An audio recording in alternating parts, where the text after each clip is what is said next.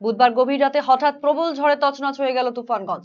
কিছুক্ষণের ঝড়ে কার্যত বিপর্যস্ত ১ নম্বর ব্লকের নাক্কাটিগঞ্জ গ্রাম পঞ্চায়েতের বিস্তীর্ণ এলাকা। ক্ষতিগ্রস্ত হয় ৩০টিরও বেশি বাড়ি। বিদ্যুতের খুঁটি উপড়ে ও গাছ পড়ে অবরুদ্ধ হয়ে পড়ে তুফানগঞ্জ বালাভূত রাজ্য সড়ক।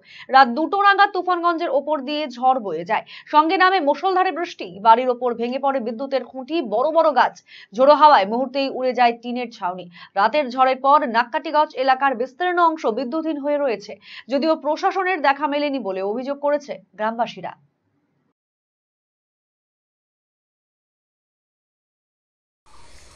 মোটামুটি ১:৩০ থেকে ২টার মধ্যে ঝড়টা হয়েছে।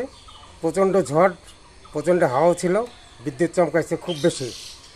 তারপরে বাড়িতে এই যে গাছটা ভেঙে পড়ে ঘরের উপরে। আমরা ভগবানের কৃপায় কোনো রকমে বেঁচে আছি আর কি। মানে যখন গাছটা ভেঙে পড়ে তখন কি এই ঘরের ভেতরেই ছিলেন? হ্যাঁ, ঘরের ভিতরেই ছিলাম। তারপরে কীভাবে বের হলেন? তারপরে ২টা দরজা আছে, একটা দরজা বন্ধ ছিল আর একটা দিয়ে বেরিয়ে অন্য ঘরে ঢুকছি। মানে একটা বড় সড়ো বিপদ থেকে রক্ষা পেয়েছে নাকি? হ্যাঁ হ্যাঁ, ঠাকুরই বাঁচাইছে। কে কে ছিলেন ঘরে?